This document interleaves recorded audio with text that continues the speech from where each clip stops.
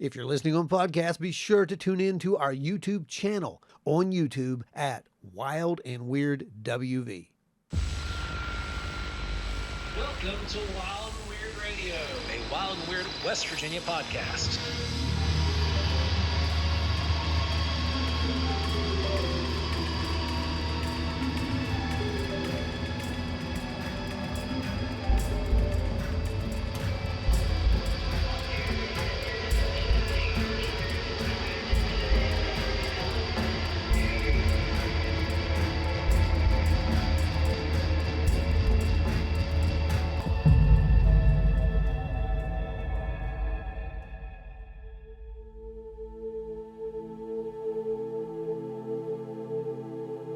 Welcome back to Wild and Weird Radio, everybody. Thanks for joining us yet again for another weekly podcast. If you're listening to us in your car, we've always got awesome video that we produce and show out every week on YouTube. You can listen to the same show, but you'll get some supplemental images that you wouldn't regularly be able to view in your car yet. That's probably, we're going to try to be AR soon. That'd be really fun. You can just watch us on our dashboard like a Not while you're driving, you can't. Hey, we just it's fine. No, safety schmafety. The cars drive themselves. You can. Well, Exactly. The Teslas can just project it up on the screen. It'll be great. There we Tesla people, have fun. Listen to us. I mean, while you crash, I mean, it's fine. But jump on over on YouTube and subscribe to the channel. We post up investigation videos. We post up videos of events that we go to.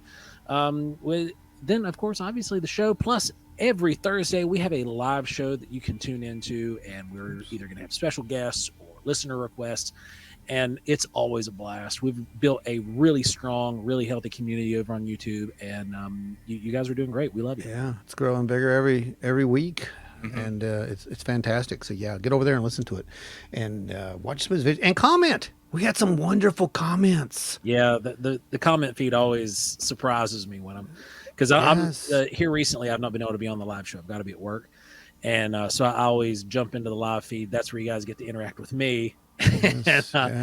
Then the guys carry a great show, and but the comments are always fun. You've got Adam and Spooky Appalachia that are always making me like spit my drink across the kitchen. So it's kind of like a paranormal cheers.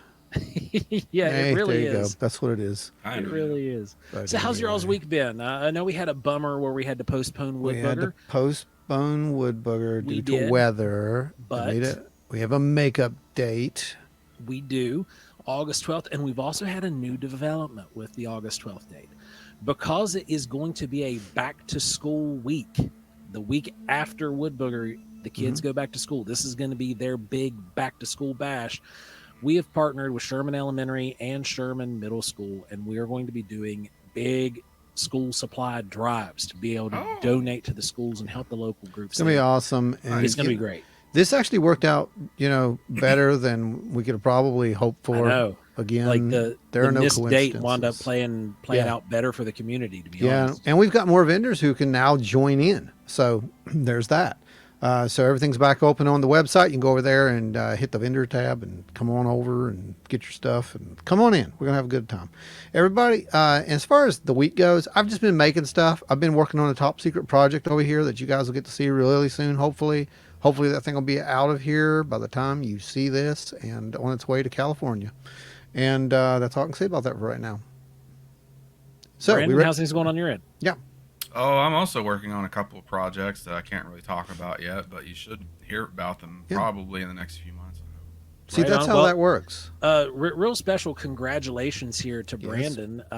He was brought on board with Paranormality magazine this past week, and he's now our writer for the magazine. So, good job, man. We're proud of you. Thanks, guys. Great job. And here's my project right now. I have fully assembled. Oh man, hadn't the seen one of bad these for a boy while. back together. It's the Joe Squatch, everyone. It's the Joe Squatch. That's right. And it's I'm going to be making some modifications, so it's going to be a true 2.0. I'm going to get working on that soon. So he's back together and cleaned up. Now I've got to. I'm going to make some modifications. So we've got the Joe Squatch. We've got a little alien head that's being worked on at this point. Yeah, the new alien head that's coming. So it'll be a magnet hopefully soon. So we got all kinds of neat stuff for you guys to help fund the show with in the future. All right, so we ready to hit the news, guys? Let's get into the news. News time.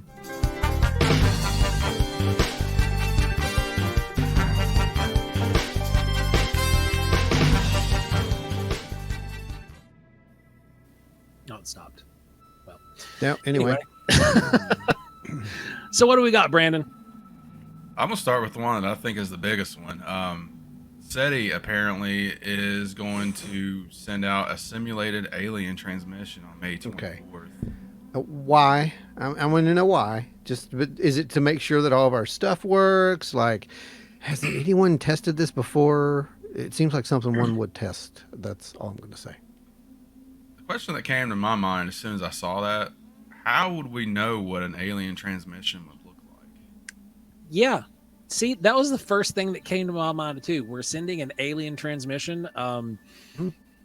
How do we know it's an alien transmission? Well, when you have aliens that help you send the transmission, chances are pretty good they're going to use their own language. Well, I guess we can always blame Valiant Thor for that one, I suppose. Oh, call back. Maybe Indrid Cold's involved. Maybe. Let's hope so. You never know. Now, the one that kind of piqued my interest personally was something that actually rolled in the other day. And this is from our friend over at Unidentified S4. And this is Anthony Simpilar. And he's got a YouTube channel, Unidentified S4 over there. And he captured a really remarkable video and had it sent over for Ron to take a look at. And holy crap, what Ron was able to enhance out of this video is bonkers. Yeah, I really honestly had no idea that there was anything going to be salvageable out of that video.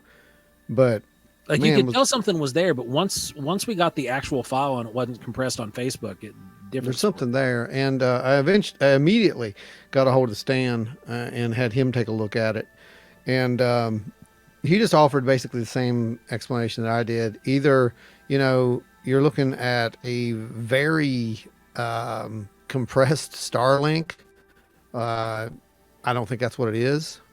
And I don't think that it's a blimp either. I mean, an airship. I just don't. No, I don't see that. There's no navigation lights. And we've seen Starlink. And furthermore, Anthony has a video of Starlink from the same area. It's a totally different size from this object as well. This thing's big, but it's not Starlink long. Like, no, it's not like the chain. No, it's not like a chain. It's there's a very big craft of some sort. I don't know what that is. I'll call it for what it is. He asked me, did I think he got a UAP? I said, no, I think he got a UFO. That's an object because I can see, like, when it moves, I can actually see shape of this thing. I don't know what it is, but it's impressive. And Anthony might actually drop by the live on the listener's tale, and nice. We're going to pop that in there and hopefully upload it and let everybody see it too. So, but we'll make sure that you see the link. If you're listening to this now, go back on YouTube and watch that live show because that's going to be awesome. Yeah, for sure. What else you got, brother? There was another one that came up. I haven't verified a whole lot with this yet, but there was an object supposedly captured near the moon. Oh, geez. That when it's enhanced a little bit, it actually looks like something. And it's supposed to be 50 kilometers across. Okay, you know what it looks like to me? And I'll say it because I made it. It looks like the mothership that I made. It does. It's the first thing I thought too. I thought it was a Cydonia mothership. Yeah. It looks like the Cydonia mothership. Thank you, Joe. The colony ship is what it looks like. And I say that because that's almost exactly what that thing reminds me of. I'll have to send a picture or put a picture in here of that and let people make up their own mind. But that model has been for sale for nearly 20 years, right? It's about maybe 15 or so. So it's a model that has been in the public readily available for a while. Yeah, it's readily available. It can definitely. I mean, it's one of the biggest. It's one of my best sellers out there. So, and it was actually used on the thumbnail on an Amazon UFO documentary. It was. Yeah, it was. What? Yeah. Yeah, it was. Wow. But yeah, so I don't know. I mean, it might be real, it might not be real. Like I said, you don't know what is anymore and what isn't. So, case in point, the giant Sasquatch photo that's going around that's AI generated. Yeah, that looks like it's got Swamp Thing's hand. Oh man. I've seen like 20 different variations of that, and you can always tell it's AI. I'm like, why are you Oh, people yeah. falling for this? Because they like AI apparently. I don't know. People are just, there's millions of these photos now that Sad. have been produced. And Look at the hands. It looks The like they hands, have the Grim teeth. Reaper claws. Like, it's ridiculous. Oh, yeah, but this it's thing real. looks like it's like It's going to okay. get ready to reach out at you and It's go, real, man. look at it. Yeah, it's Yeah. totally it's totally real. It's all good. Like it's got So- anime villain fingers or something. That's what it is. Well, before we wrap up with news, because I think that's really about it that happened. The next place you're going to be able to catch us is in 2 weeks, June the 10th. Ron and I will be at the Withville UFO Festival. Always fun. We've got a great presentation put together for that one. The case for contact. It's going to be great. A lot of new data, a lot of new video. It's going to be a really, really good presentation. Ron's put together it's going to be good. You're going to like it, guys. Yeah, it's a really good one. It's been a headache to put together, but it's going to be fun. You'll enjoy it. There's a lot. It's a lot. Thank God we have, I think, an hour to talk. It's close to it, yeah. And let's not forget, I had some sad news earlier this week. Tanya Derenberger passed away. Yeah. And that was the last link to this amazing story. And you've heard us say it a million times. You heard me say it a million times. The whole Indrid Cold story, which needs its own recognition, in my opinion. Yeah. Go out and just buy the book and go do some research and stop posting these Joker pictures of Indrid Cold, for God's sake. Yeah, he is not the grinning man. He's not the grinning man. That was a New Jersey incident. Absolutely. Anyway, that's been the news, and I think that's it. Is that all? Is that good? Am I good to hit the button? Go for it. Good. Is everybody good? Okay.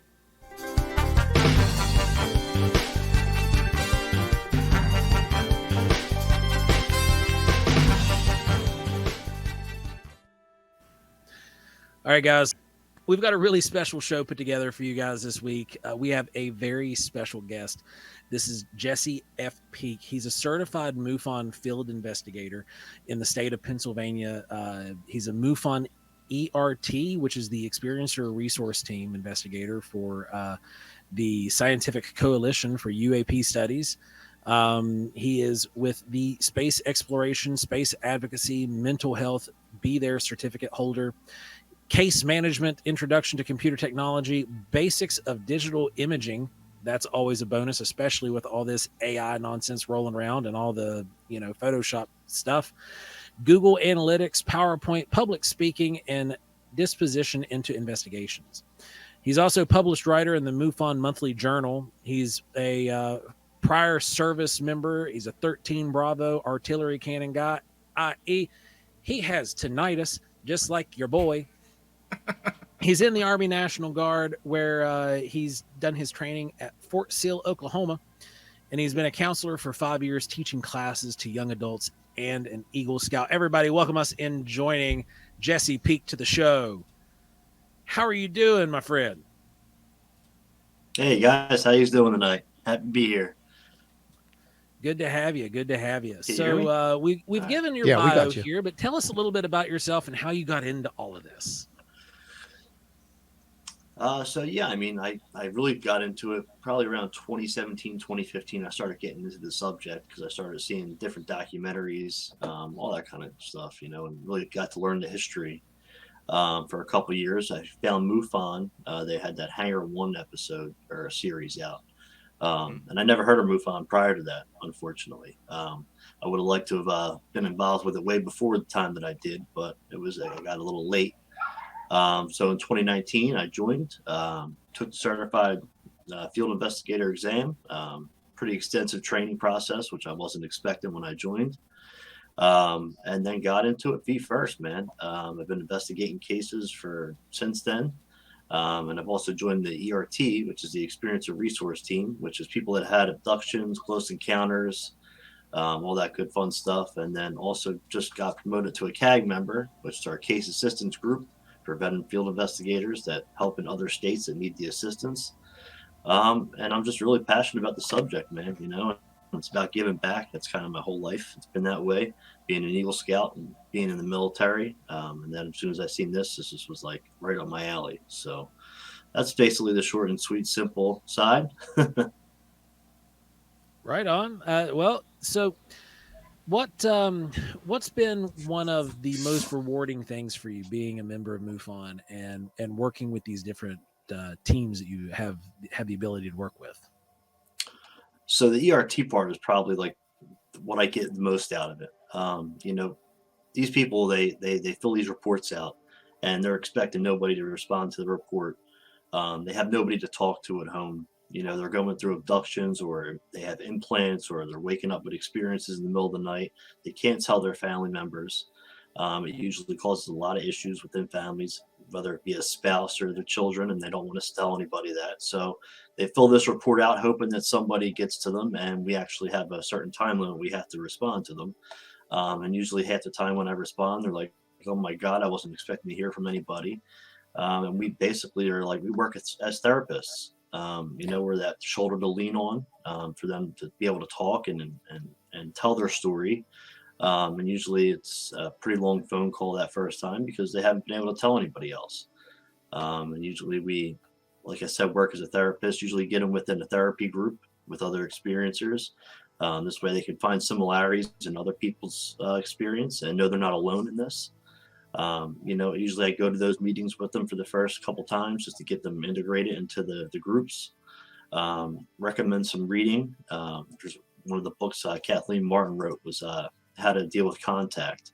That's one of the number one books we recommend. Really helps them understand that. And I also wrote a paper probably 2 years ago to help other people help experiencers because there's not really too many tools out there for people to know what to do when an experiencer contacts them or reaches out for help, even if they're a friend. So I kind of wrote a quick paper up and the MUFON Journal published it and it went out there to everybody that works with experiencers. So that was a plus right there. But that's where I get the most thanks from, you know what I mean? And it's just something I'm passionate about the subject. So I'm not doing it. We don't get paid. This is volunteer based. And, you know, they thank you every time. And, you know, they say, if it wasn't for you, I probably wouldn't be getting through this the way I am. And you've helped me a lot. And there's nothing more rewarding than that, you know? So.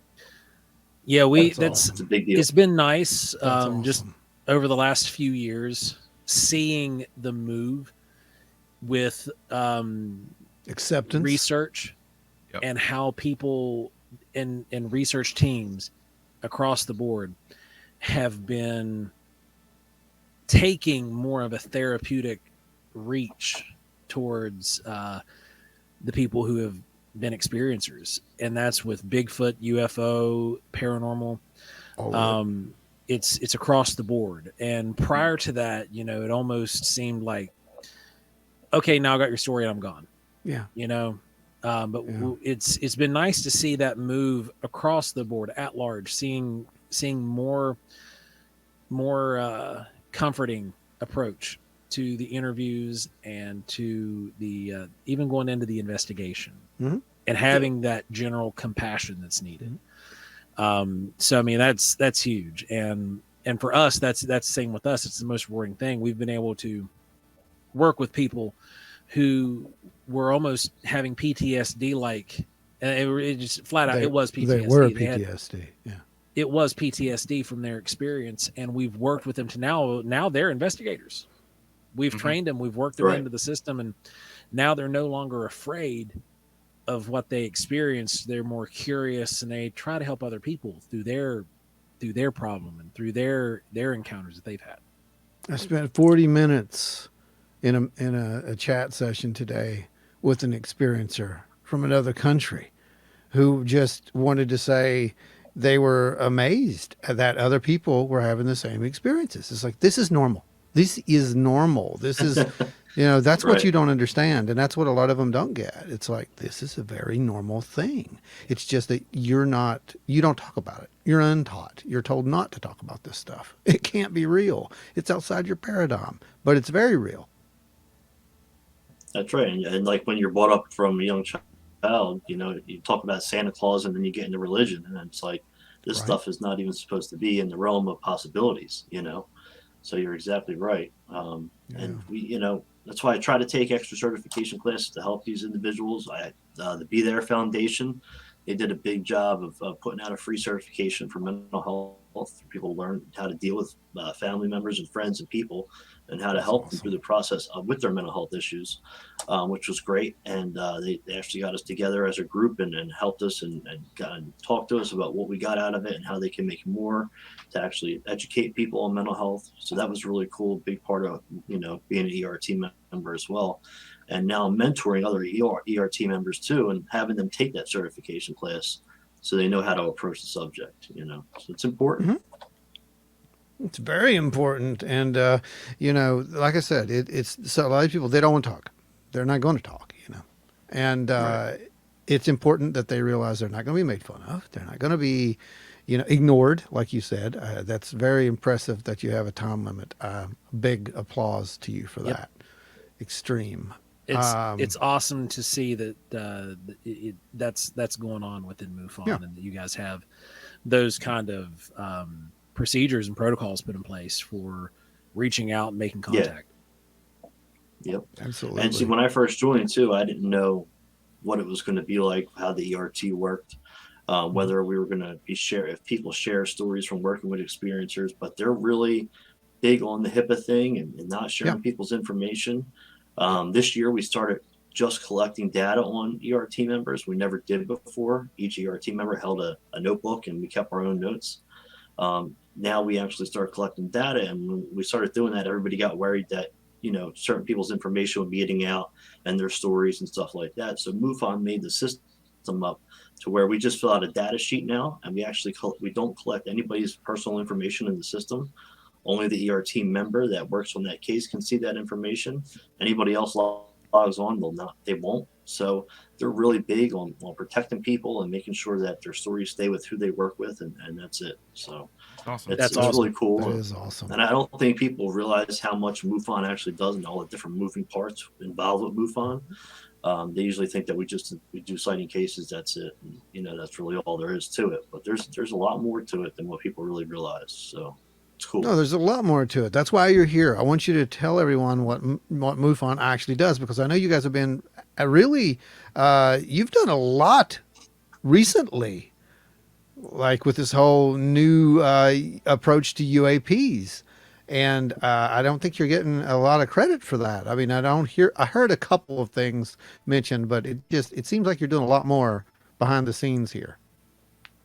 Well, see, David McDonald, our director, he went to Washington last year.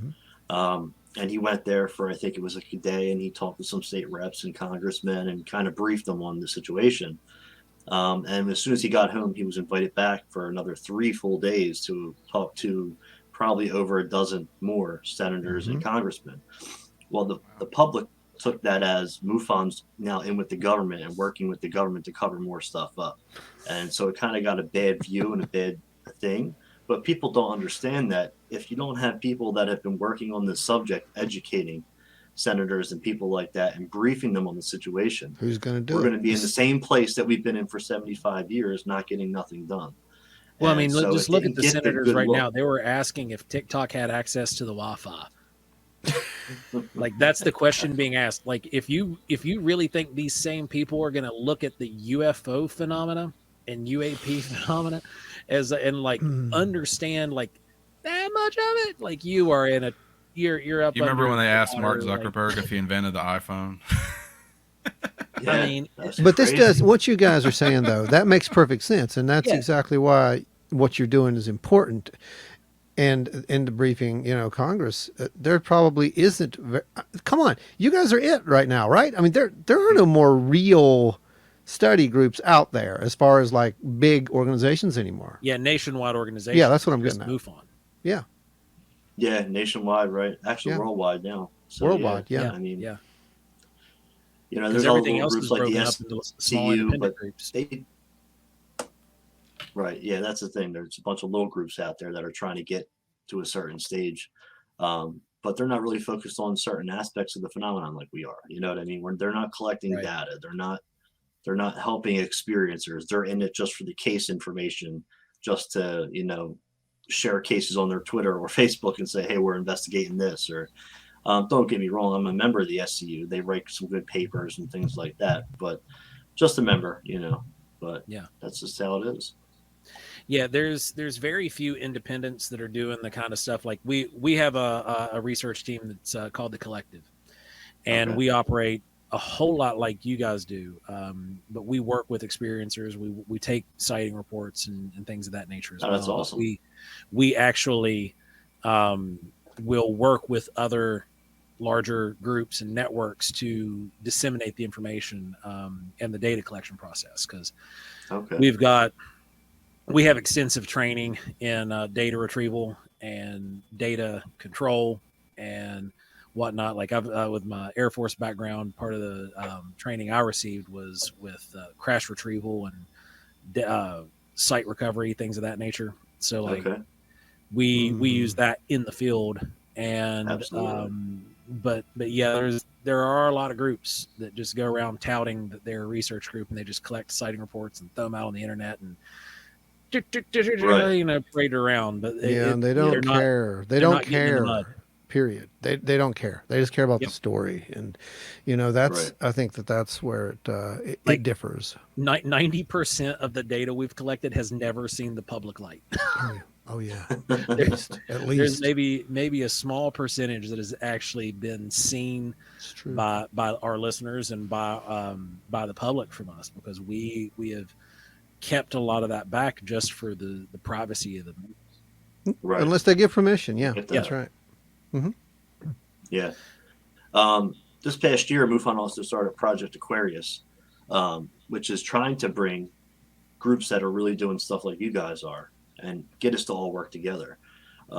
Bringing different groups from all around the world, you know, like Hey, look at British UFO that. Network and people here in the States. And this way we can share data, and it doesn't have to be a competition, you know, because it's really about getting to the end goal This of is finding out where, when, who, Yep. you know. That's what we want, right? what you The That's whole, just the said, whole man. competitive You mindset guys never are made sense to us. Like you know? No. we're all working towards Right. an end goal, and Yep. Well, I already said one group's not going to find it. One Yeah. person's not going to find No. it. Two people are probably not No. going to find it. This thing is so big that it encompasses our history. I mean, that's what we're dealing That's right. with. This. Mhm. So no, it's ludicrous to think that one person or one group's going to find this. Everybody, the collective, everybody together is going to find it. Yeah. So yeah, I Right. think that's wonderful, guys. it literally is going to take a global net. Yep. Right. That's the only way Right. that any answers are going to be drawn out. Well, you know, getting it to be taken serious, and that's happening. We're seeing it. We're seeing Yeah, it right we are. now. It's playing out right now. People are taking it more serious now. I mean, we've watched it within the past couple of years. Just, it's amazing, you know. And Yeah. you know, I've seen this from years ago. I've seen a lot of congressmen come out of their shells and admit that they're interested in the subject just the last few Right. years. Exactly. And Burkett, for example. Yeah, exactly. And more experiencers are coming forward. I guarantee you guys are getting more experiencers now than you had just 5 years ago. Mhm. Guarantee it. Oh yeah, absolutely, absolutely. I mean, With domino effect. compared to the sighting cases that I work, I'm stacked Yep. on ERT cases. You know what I mean? Compared to sighting Yeah. cases, I maybe have 2 of them right now, and Yeah. I have about 6 open ERT cases. And the ERT cases, we don't just, you know, like there's a timetable with sighting Mhm. cases where you know you got to Yeah. report to them within 72 hours, and you got to close the case within 3 months. Now with an ERT case, I work with people for over a year. You know what I Yeah. mean? It depends on what they need and how much, you know, attention they need and what they need, you know, to figure out their experience and cope with it throughout their life. Yeah. Which is, you know, and people don't realize that. So but it's No, they cool. don't. And I'll tell you this, you know, it's also really what you just touched on. I'm glad you said that, because, you know, there's this thing that the skeptics like to throw out there, like, well, if there's so many UFO sightings, why did abduction cases stop? They didn't. They turned into contact cases. Right. They didn't. There's more of them. They just, how many people talk about them? Because they are Right. weird by nature, right? Yep. I mean, that's a fact. You're talking about things that are just they don't make physical sense to yourself or to anyone else. So really, you just keep your mouth shut unless you That's happen to right. find another experiencer, and then you're just like talking for 3 hours. Right. And that's why you get a lot of deathbed confessions, because people don't know how to talk about it until Exactly. they know they're leaving, and they don't have to get ridiculed Exactly. for it. Exactly So right. it's pretty neat. So what's But been? yeah, we're trying to make it. Go ahead. Yeah, I'm sorry. No, go ahead. You're Oh, good. so I'm a co-founder of another group too. It's called the UAP Medical Coalition. There's a bunch of us working together. What we're trying to do is educate medical professionals on UAP exposures, so they're no longer misdiagnosed when they go to a doctor or a therapist to get help. So we actually put together a team with psychologists and therapists and other medical professionals, medical doctors. I brought in other people from MUFON's ERT to work with them, and then and we've really created a forum so people can get educated on just about every kind of medical issue an ERT or an experiencer, gets Yeah. exposed to. And we send it to doctors and get them to check this form so they do get the education without kind of signing up for anything or putting their name on anything. So it's a pretty neat project. And we got a lot of people on board with it, and we're trying to get everybody to work together like we talked about, because a lot of people on the ERT are medical professionals on MUFON.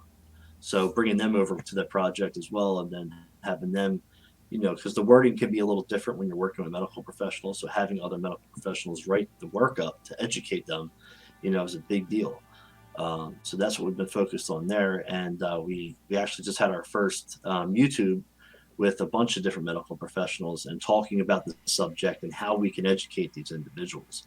It's a big breakthrough, and people are catching on to it and starting to pay attention more, and that's what it's all about, getting the exposure out there. So that's Like another a big cool project undertaking. that's going on. Yeah, Massive, absolutely. I don't know if you guys know Ted Rowe from NARCAP, the director of NARCAP, Ted Rowe. I don't know if you know the I'm name. familiar with the name. Yeah, me and him started this whole thing, and then we slowly started getting a group, and now we have over 20-something people on the team.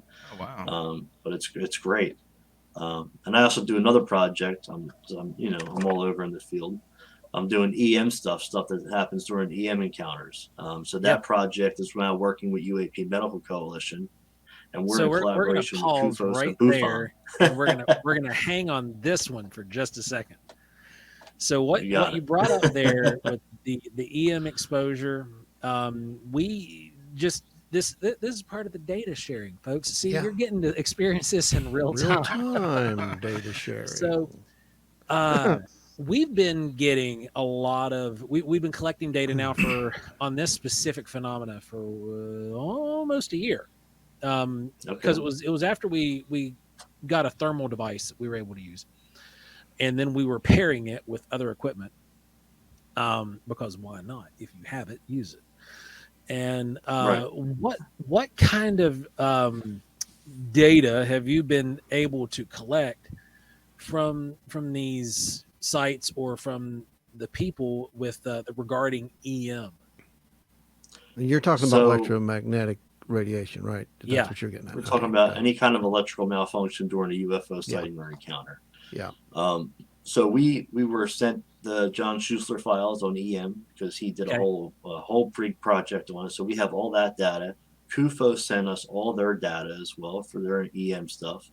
And then BUFON, the British UFO Network, also sent us their information. And then we also built, what I did is I built a database in Google Sheets. I handpicked a team. Each person gets assigned their cases locally or just in general, historically cases. So we built a database on that.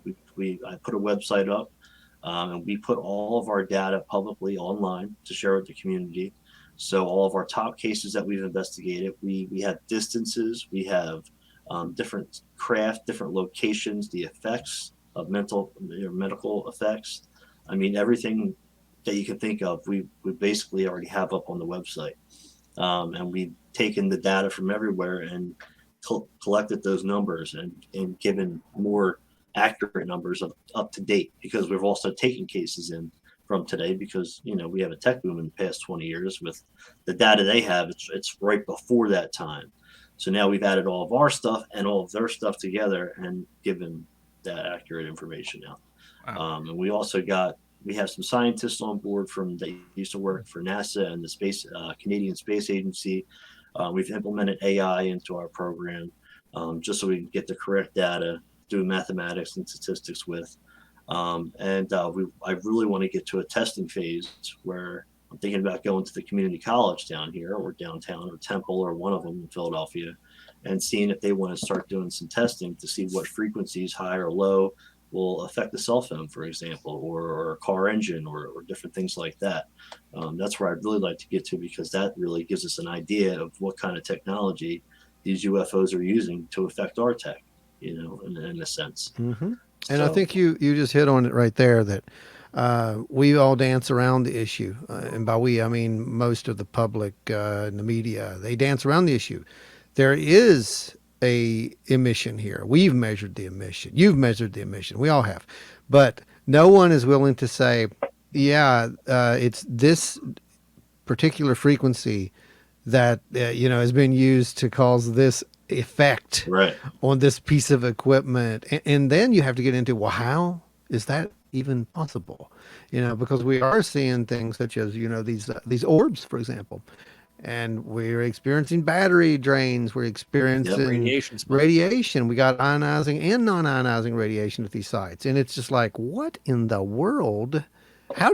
Which one's cause and effect? I think that's where you come down to. So. Right. And that's where we get stuck at, which is why I would like to go down there and talk to the people that have the equipment, the right stuff, know what they're doing, and then work with them and get that information because that's the important aspect of it all, right? Well, we'll send you some stuff from time to time if you like. Yeah, we can we can send you some data. We can definitely send you some data. We get out in the field as much as we can. You can get all of our data is on the website. So cool. You guys can go check that out. For sure. We've been what we've noticed, and these are from long range. We've detected we've picked up some UFOs on thermal that aren't visible any other way. That you can't see them with the naked eye. You can't see them with night vision. It's just through thermal, so it's a heat signature. And we're also seeing at ground level a spike that generally hits up into 46 CPMs on radiation. Now, that's not unusually high. That's not lethal. That's not something that's going to, fry you. But it's almost always the same number. Well, it's above background. It's well above background. It's like double and sometimes 2.5 times background level. In our base readings, yeah. Okay.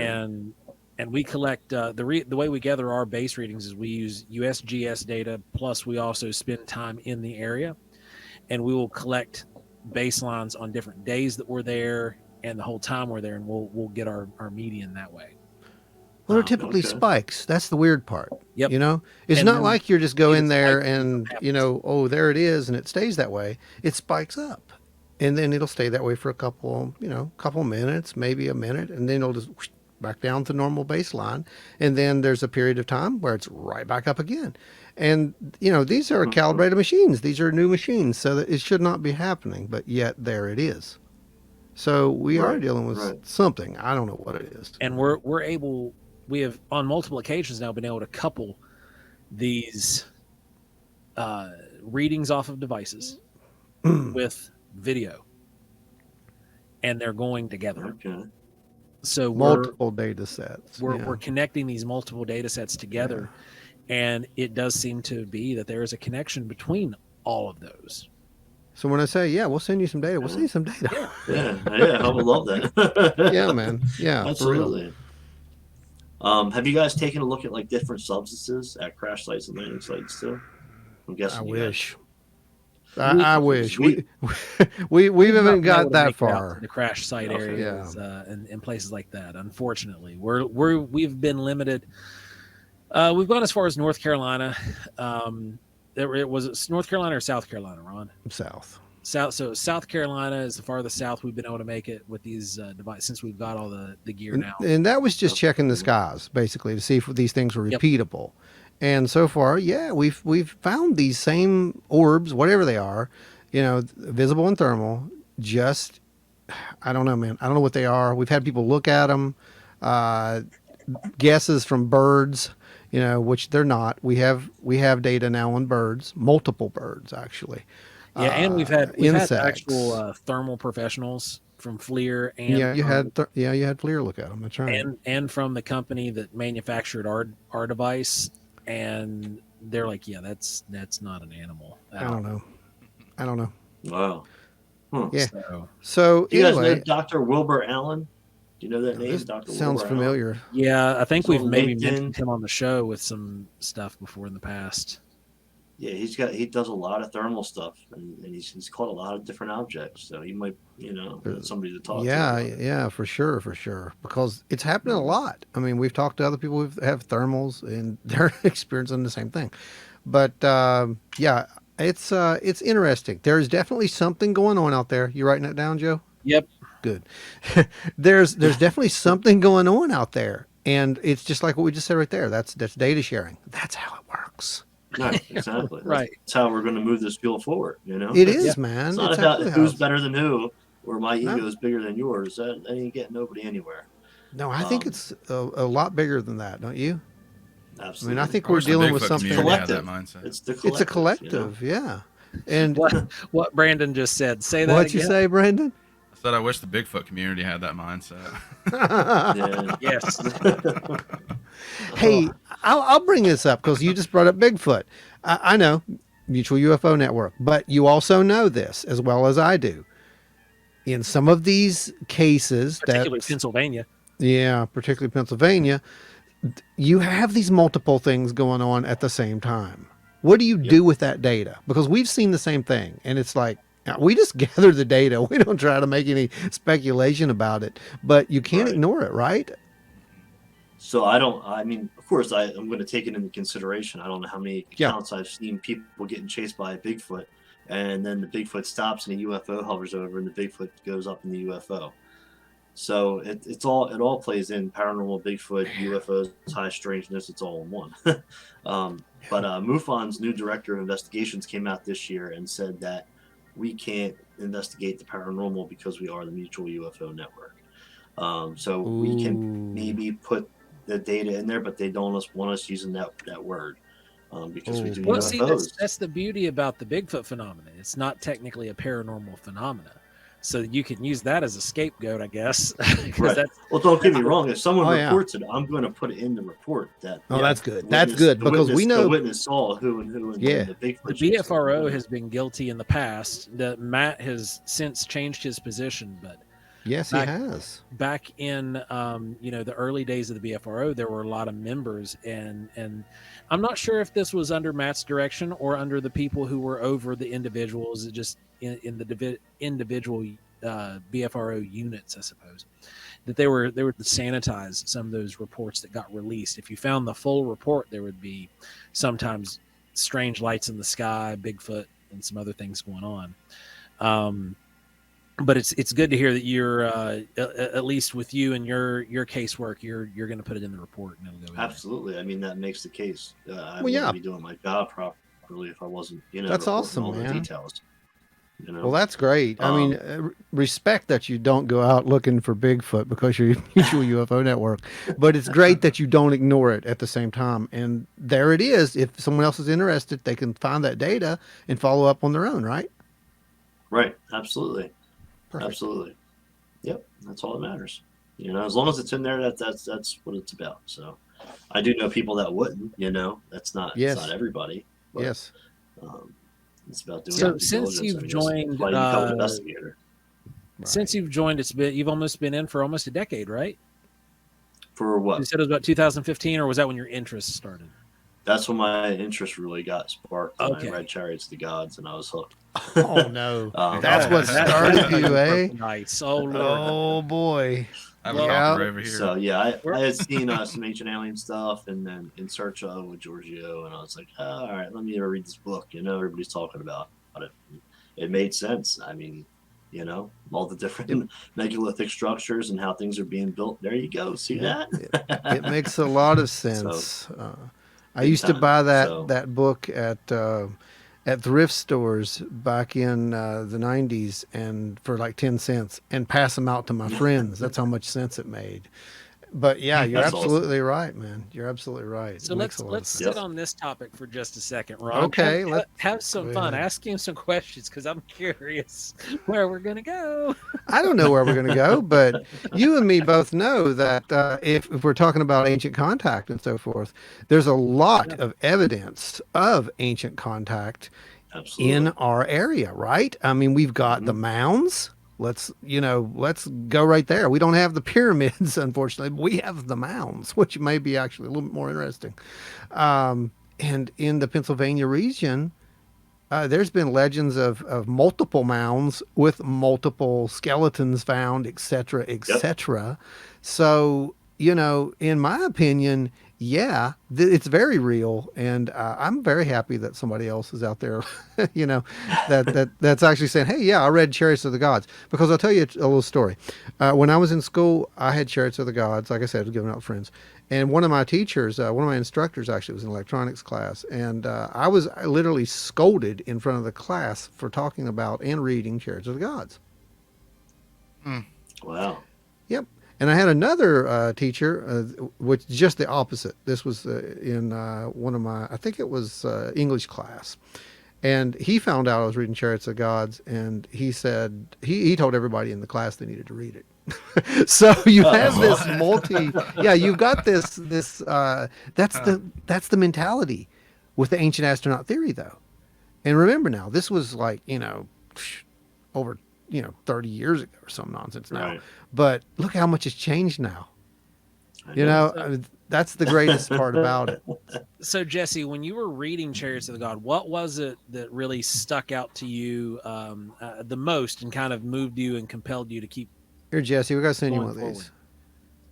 Oh, that's awesome. Ancient astronaut theorist patch. Yeah, we're going to have to send you one of That's these. cool. Yeah, I love it. Yeah, we'll send you one. Okay. So yeah, I mean, it was just the whole religion aspect and how they talked in the Bible and how they described these things that, I mean, I don't know. There's a bunch of different aspects that got me hooked on it. I mean, the pyramids, finding them in China and in Asia and all these different places built the same way. You can't put a piece of paper in between. They're done like they're laser drilled. You know what I mean? They didn't have lasers back then. Right. They even tried to get stone workers today to do the points and the curves, and they can't even do them as perfect as they were done back then.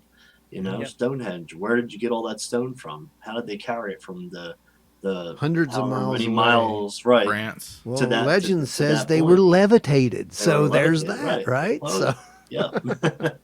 And then they find that in the water they found that like computer thing that was on one of the ships that was like the first Antikythera intelligent device. computer. Yes. Yeah, from ancient Greece. Yes. And then they're finding the light bulb inside the pyramids that they were using to look down the tunnels. I mean, the Baghdad battery. I mean, For so a fact that works, aspects, you can make one in your kitchen. Yep. I had a friend who built one. I watched in YouTube videos about it. Yeah. Yep. He built one, and you know how I learned about the Baghdad battery? It was a friend of mine built one in I think it was like 9th grade or something. And he was telling me about the Baghdad battery. I'm like, what? And what is this? And that may have been where I started reading Chariots of the Gods. It literally may have come from him who suggested that. It's very possible. You know what's interesting too? They just found out in one of the tepes in Turkey, they found a sword that is 3,000 years older than swords are supposed to be. That was at Quran, wasn't it? Yep. And it was Quran forged tepe. using acid techniques. I think so. That means they were pretty advanced in their sword making at that point. So it had been around for a while. We were extremely advanced. And I mean, it falls into this whole pseudoscience, but everything's pseudoscience until some scientist figures out it was real. But or admits it, like you said. But yeah, the evidence is there was some kind of ancient contact in the past. You call it what you want. These labels have stuck over the years, and people get caught up in that, and it creates great division and problems. But in the end, we're all talking about the same thing. That's right. We're not alone, and that's the whole point. We've never been alone. Just like do you hear that on Ancient Aliens? But I said it years ago first. So And I probably heard someone else say that. We're not alone. We're not alone. You know what I You've love? I never love the been artwork alone. where you see the little man in the background and he's looking with his dog up at the UFO behind the Mona Lisa. I think it Yes. was. Yep. Yes. I love that picture. And then the one in Germany where Yes. these things are fighting in the skies and shooting fireballs at each other. That was the It makes German total woodcut. sense. Yeah, that was the Yeah. that was the 1500s. Then you got the Yeah. Vimana Yeah. artworks that are 3,000, Yeah, 4,000 the years Vimanas, old. yeah. The Vimanas, yes, the Mabrata, the whole story of the ancient nuclear war. It's just amazing. And then of course you have, the whole possibility that, this whole intelligent society, this technical society was here, and yet they were almost destroyed at some point. Yeah. I know. And they rescued humanity, and because some of the legends say, what is it, 312 different flood myths or something? Yep. Is that what we? Yeah, 312 or 316 is what we yeah. And then you've got the other side of it that says, well, no, it wasn't a flood; it was a great earthquake. It's like One either thing or way. the other. Tsunami. Well, either way, man, something happened. And then there's the evidence, of course, that it was a chain of possible meteorites or asteroids that slammed into the planet. 1,500 years We ago. said everything. So, Right. and then you have to Hiawatha look crater at up it. in Greenland. Well, you have to look at it and say, maybe we should have learned something from this. You would think. And my you would favorite think one that's people been would catching jump on fire. this stuff, man. My favorite They- one that's been catching don't. fire on TikTok lately is the Tsurabune contact in Japan back in the 1700s. Which one's Or, this? It was that egg-shaped craft that appeared out of the ocean and a woman came out of it. Oh Okay. yeah, that was a great story. I do know. That was Yeah. great. Yeah. Yep. That So was a that's pretty back cool in the story. news, is what you're Yeah, saying? it's Yeah, on it's coming TikTok. back It's again. been going around viral on TikTok recently. I love it. Um, See, some good things can come from social media, people. Times. So Absolutely. Jesse, I'd like to get into some of your casework stuff that you're able to share with us. What's been some of your landmark cases for you since you've been researching with MUFON? So I'll tell you some of the stuff that's not so fun is that these people are opening up drone photography places all over the city and outside the city, which has been a major pain in the ass the past last year. Yeah. So a lot of stuff has been a lot of drones. I'm right here in the middle of the city, so it's kind of like we have two or three airports, military bases all over. So most of the time I can identify what it is, about 95% of the time they say. But we've had some really weird cases that I've witnessed myself right here in Philadelphia for my first time with my dad. 4 gold unidentified objects flying in broad daylight in a 2-and-2 formation. And we were riding right alongside with them. And the reason I started the EM project is because my phone malfunctioned during that sighting. I was trying to take a video of them and trying to record them. And it was going crazy, like you see on Skinwalker Ranch when it hits all the buttons and does that crazy, wacky shit. I showed my dad, and he's like, "Oh, this sucks," Well, we hit a stoplight. And they continued to go. And from a 2-and-2, they went into a single file. And as they got farther away, my phone clicked back on.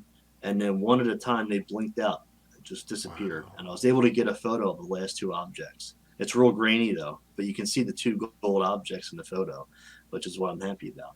When I got home, Speaking of Skinwalker Ranch, I was want to ask you a question about your reports. Have you had any reports of that 1.6 gigahertz interfering with equipment anywhere? Like they're getting on the ranch?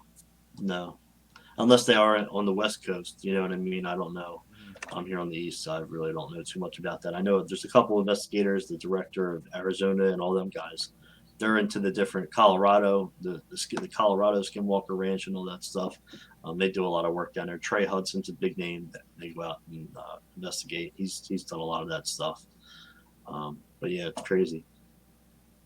When I got home though, after that sighting, I checked my cell phone, right? Because I was like, why wasn't it working? Well, the whole time it recorded everything that happened in the car, and I didn't record nothing when I was doing it. Huh.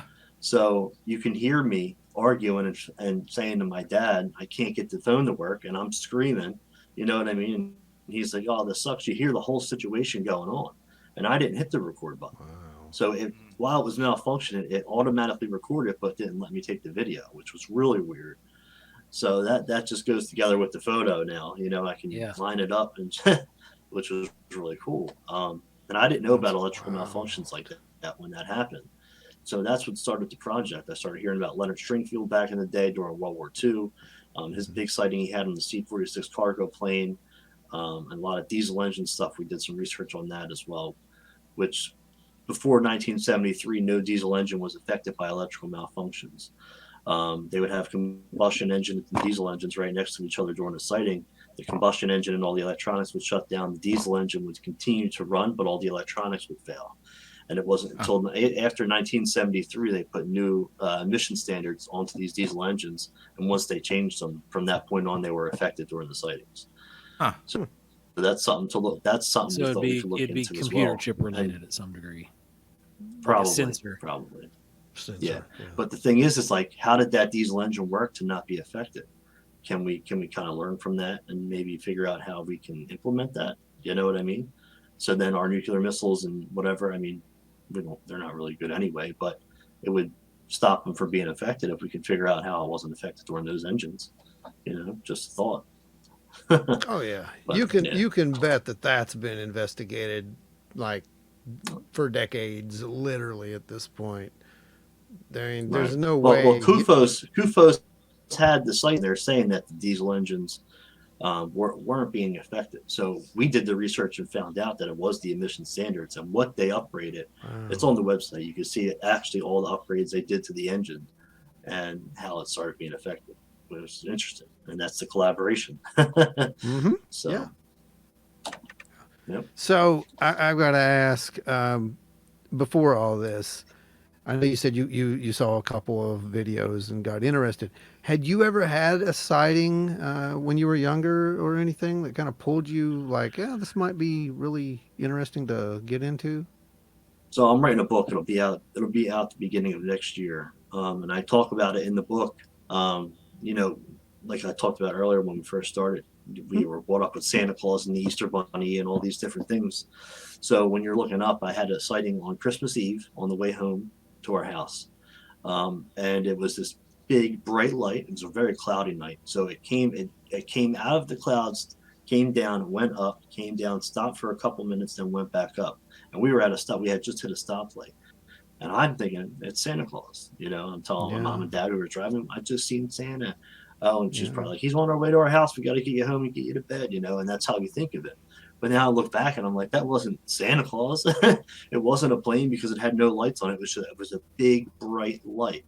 Was and it a solid color? Don't stay in the same Jesse? spot and come up and down. Yeah, solid color, right, white. Jesse? Yep. Yeah, white. Yep. Mine was orange. Yeah. Sound familiar, Okay. Joe? It does, yeah. When he was talking about it, I was like, yeah, it sounds like the Gold Town helicopter. Right? Yeah. Yeah. Yeah, but I think that sparks a lot of researchers into this as well, though. I mean, you either you run away from this screaming and don't look back, or you go into it and you want to know more and you look for more. Well, see, I didn't know there was a community, like I said, until late in life. You know what I mean? And I wish I would have known that there was UFO Twitter and all these different communities and groups and MUFON. I wish I would have been in it, you know, since the beginning.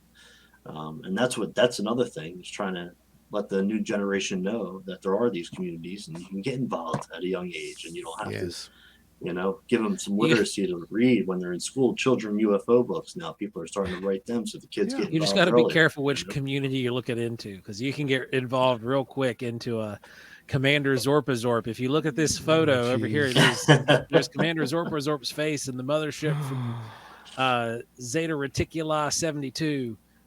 Yep. So it's true, man. Those are a trip, man. It's true. It's true. Everybody you gotta watch it. deserves to You be gotta heard. sift through, you know. But that's where organizations like MUFON and your partnerships with other local groups, like that Aquarius project you were mentioning, that's where things like that are invaluable, because you can just point those new faces towards that and say, hey, go check this out. These are going to be reliable sources. Right. And then, you know, they have the app for the phone now too that has Project Aquarius, because Project Aquarius is supposed to be the biggest and searchable database in the world with all these communities. And they just dropped their new app this year. So it's $1.99 if you're not a member. If you're a member, it's free. It has the database on that app. It has tools to do investigations on that app. And it has live in time, real life UFO sightings that are being reported and where they're at. So I mean, that's something big too, to be able to use that database that is you're big. talking about and have people have it on their phone. You know what I mean? Yeah. So it's Agreed. easily accessible now too.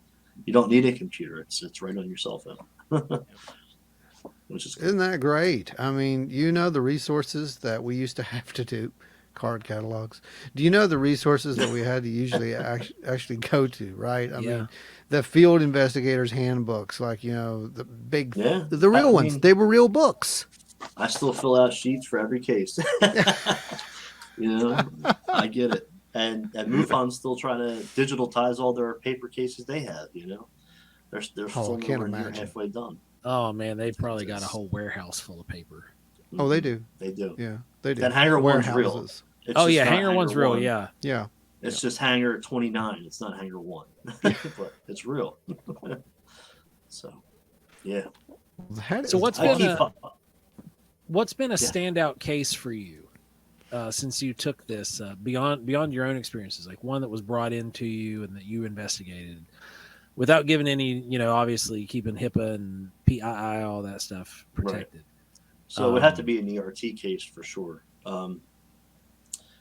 I'm working on one, and now it was actually just in last month's MUFON Journal. That's how big it is. My state director actually added it in there, but I'm working the case. I didn't know he was putting it in the journal. When I read the journal, I'm like, this sounds like my case. But he threw it in there because it's a pretty crazy one. It happened in Delaware, and this girl was on vacation with her family. She heard some really weird vibrating sounds. It felt like electricity in the air, and when she went out back, she seen this craft, and it came and floated over in the woods behind the house and dropped down a light. And she says she's seen something fall from the UFO to the ground, and then the UFO sucked the light up and kind of moved away like this. She says she's seen a coyote come in. The coyote, it was bait. They baited the coyote, and the coyote started eating this, and it sucked the coyote up and came back over, sucked the coyote up. She said she heard a grinding noise. The coyote's body fell back out, and the UFO took off. She said she went out to go look at this coyote. She said all the bones were missing out from the inside of the coyote and all the liquid. It was just the skin of the coyote. So that grinding sound she heard, she believes it was them taking the body parts out of the coyote. And then she went back into the house to go get her family to let them know to come take a look at it. And when she went back out, the coyote was gone. It's a crazy story. It's crazy. And there's a lot of details in it that she added. So that's just like the short version, but that's some really weird stuff. So then I'm taking that case and I'm working on it for a couple of days. And then I'm watching the news here, and in New Jersey, which is right close to Delaware, in this location, they're seeing coyotes running around in these areas that don't have coyotes normally. And I'm like, this is so weird. I'm like, so because there's not really a lot of coyotes in Delaware either, in the area she was in. Mm-hmm. It was really strange, and that kind of like made me think like, well, they obviously know they're there.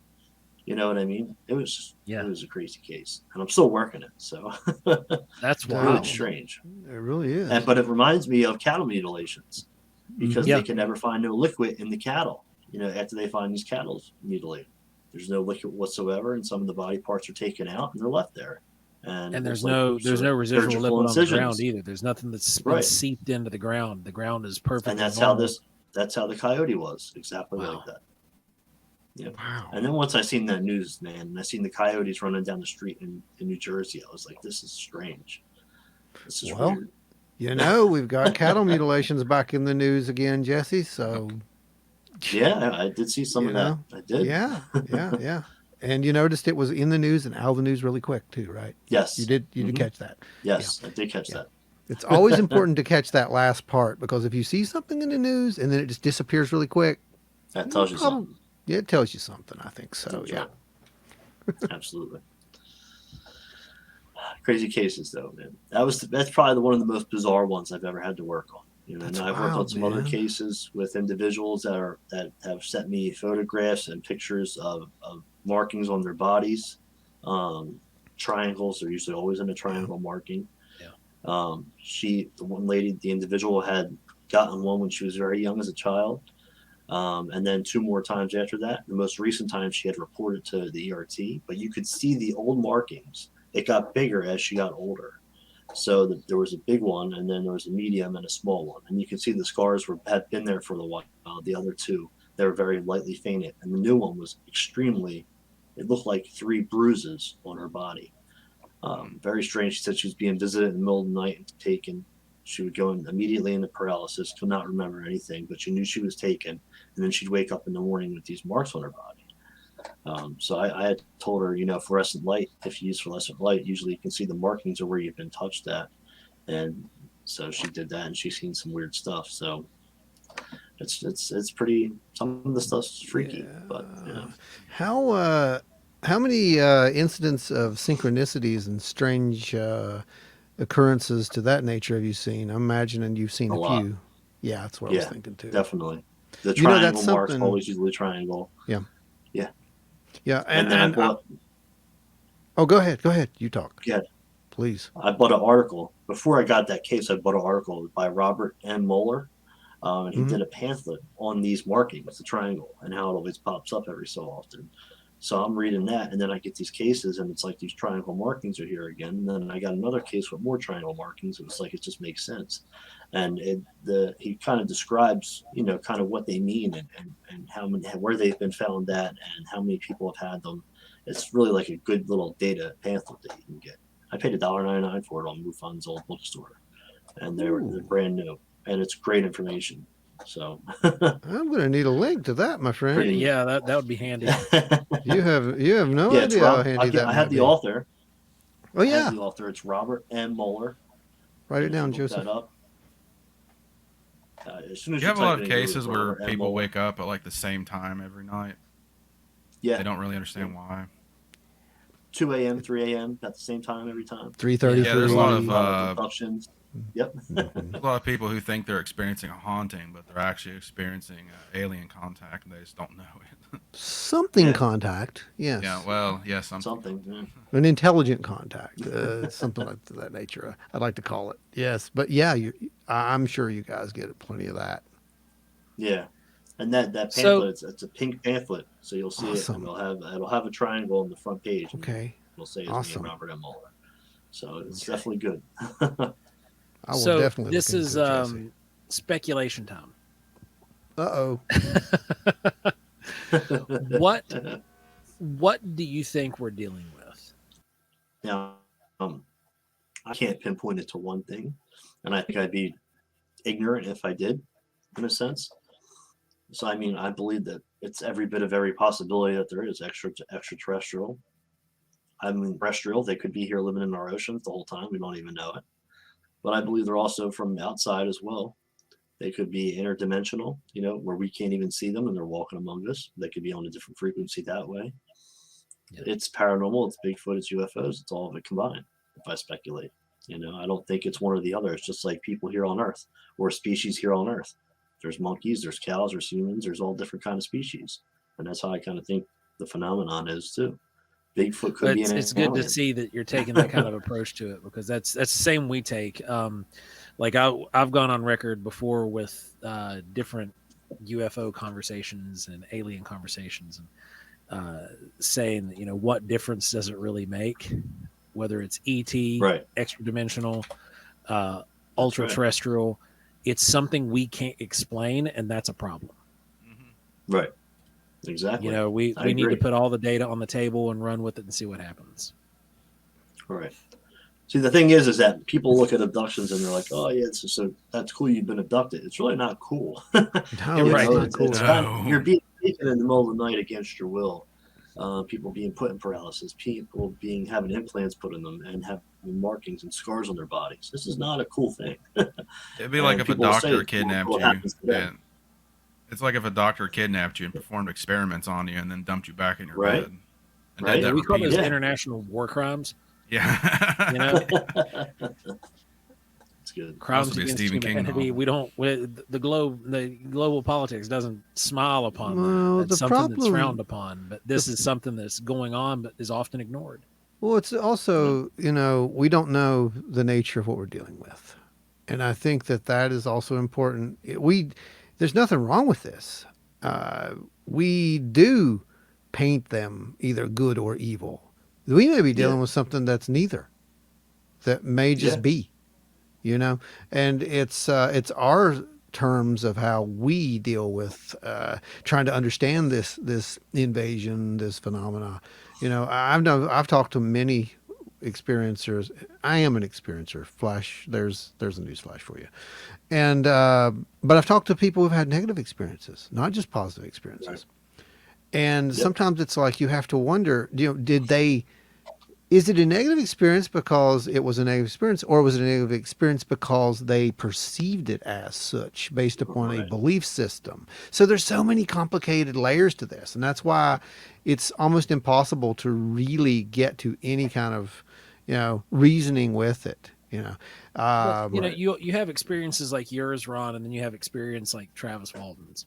yeah, it's that true. involve like buzzsaws and lasers. And Well, yours was, Travis's didn't really involve buzzsaws and lasers. That's Hollywood. But well, yeah, it's Hollywood, but that's- you get the gist though. It's like, but you yeah, get that- yeah. Well, we've met with people like that. I Yeah. understand it. Yeah. And it's like, you know, not all are cute and fun, happy times. And some of it you have to question anyway, because it could be just mental manipulation. We are dealing with a phenomenon, after all, that has the ability to change and alter our perceptions at will, it seems. And pretty much change itself if we get too close to it. You know, it's like, oh, that's not us, by the way. You know, and just kind of turn into something else. This is what we are talking about. It's an intelligence, an adaptive intelligence at that. But I think that it is interesting to me that we do have these experiencers who, even though some are negative, they're saying the same things. At the end of it, the data is literally the same set of data.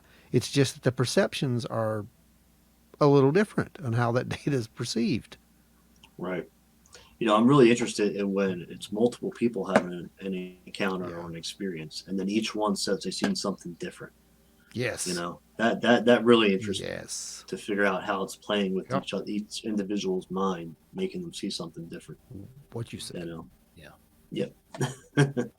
Yes, absolutely, and you're right on it too. This is pretty much where we are with a lot of this stuff as well. So it's great to see we're all in good company. Yeah, absolutely. So if you could say something to people who are interested in becoming investigators, interested in the phenomena beyond just, you know, reading books and watching videos, what would that be? I mean, you got to be passionate. You got to have your mind and your heart in the right place if you're going to do this. It's not just something to do for fun. I know many people that have done this thinking that, oh, cool, I'll be a field investigator and we'll just investigate UFO sightings, and it never works out, and they wind up leaving. This is something that you really you get into because you want to find answers to the phenomenon, and you really want to become a part of the community to help find those answers. You know, to me, the whole thing, you know, I have so many new friends and people with different backgrounds now in the state of Pennsylvania that, you know, some are really good in tech, some are scientists, some are medical doctors, and we all get to work together and put our minds on our aspects from different views all together to figure out things. And that's incredible to me. I never thought a million years of my life I would be working with doctors and medical professionals and scientists from NASA and the Canadian Space Agency working together to try to figure out this phenomenon. And it's really freaking cool. You know what I mean? I never thought I'd be an author writing a book and it's going to come out. You know, I never thought I'd be a podcast and radio host. You know, this field opened up a lot of different doors for me. You know, and it's because I'm passionate. It's because I'm an experiencer too. Let you know, I've had 2 UFO sightings, and this is just something that brought me in, and it's what I'm supposed to be doing. You know. So What you just said, that last part was perfect. What you're supposed to be doing, because at the core, you know that this is what you're supposed to be doing, right, Jesse? Yep. I know that sounds weird to a lot of people. I don't see myself doing anything else. Yeah. You know. Yeah, yeah. And when you did do anything else, I have to ask this, but when you did do anything else, did you always have people who just kind of came up to you and told you their weird stories? Of course. Did they kind of gravitate toward you? Mm-hmm. Yeah, absolutely. Yeah, I know. Yeah. So that's the whole thing. You know, experiencers recognize experiencers, and it's a good thing, my friend. What you're doing, I am so glad we have you on the show. You have no idea. Really, you have no idea. Thank you. I appreciate that. I do appreciate And I want it. you back on the show, by the way. Absolutely. And I definitely want to stay in contact with you. Yes, And like I said, absolutely. we will send you data. Yeah. And go check that stuff out if you want the John Schuster files and stuff. I'll send that stuff over to you. Yeah. So for sure. So, Jesse, before we wrap up, I do want you to stay on before we close the show. I want you to stay with us. But do you have any way that you can connect our listeners with you? You said you were a podcaster as well. So go ahead and use this time to tell our listeners where they can find you, because I have loved this episode, so I know that our listeners are going to want more of this conversation, but to carry on and go farther. So where can our listeners find you, and what other materials might you recommend? Yeah, so my podcast is called UFO Encounters Worldwide. It's every Thursday on all podcast platforms, and the Unex Digital Broadcast Radio on Saturdays at 8. The website for it is ufoencountersworldwide.wordpress.com. It shows, all my travels, the different projects, UAP Med, Project Bat Tech 404 with the EM stuff on there. A bunch of different reading materials on there, published articles that I've written. But the project website is projectbattech404.wordpress.com. That's all the EM stuff. And UAPMC.org is for the UAP Medical Coalition. And you can see that, the YouTube channel. We're on Twitter, Facebook, all that stuff. I'm on Twitter and Facebook too, so I'm very easily found. And I put my emails out there on the website, so if anybody ever wants to reach out and needs help or anything like that, I'm always open to that as well. Send me all your links, Jesse, and I will make sure that they get inserted in here. Literally, they'll be right there. Right here. All right. Do you want me to put them in the chat here for you?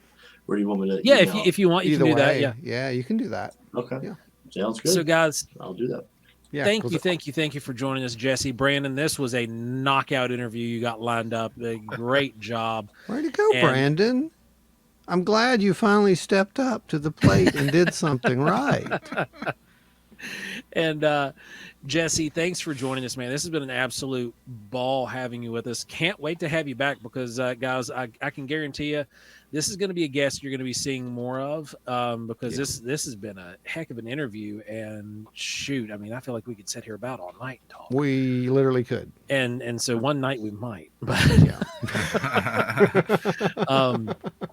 but guys, thanks for listening. If you want to catch us, you can find us anywhere podcasts are found.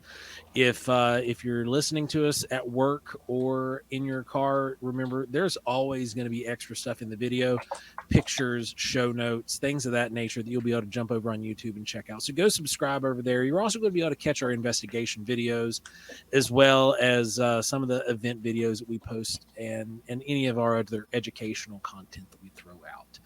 So thanks for hanging out with us every single week. If you want to support the show, you can head on over to wildandweirdwv.com. Click on the shop tab. There's going to be a ton of stuff over there that you can get sent to your house. If you want to listen to us on your computer, our player is embedded over at wildandweirdwv.com. You can click on the podcast tab and just listen to us and let us run in the background. There's literally, I think I did the math on it last week again, and there's like 32 days of content that you can listen to straight. That's just sick. That's without turning off your computer. Like we don't have a life or anything. So, if you guys never touch grass, that's what you do. Jeez. Just go click play and let it ride. And you can listen to all the iterations and the way the show has evolved over the years. Now, if you want to catch us out on the road, remember Withville UFO Festival. We're going to be doing our presentation there June 10th. It's going to be an absolute ball. They've got a ton of great speakers coming. It's going to be cool. We're going to do something kind of like this, but a little bit different. This is the one I'll be doing down in St. Albans on July 26th, but a lot of this will be in that. So be prepared. It's going to be a really good show. I promise. It'll be a good time. It'll be a good time. So stay tuned till next week, and remember, jump on and hang out with the guys on Thursday. So remember, if you guys have had a UFO sighting, you can always head over to wildandweirdwv.com, hit the report a sightings tab, or run over to MUFON, or do both. We'll both be in contact with you. Stay wild and weird, everybody.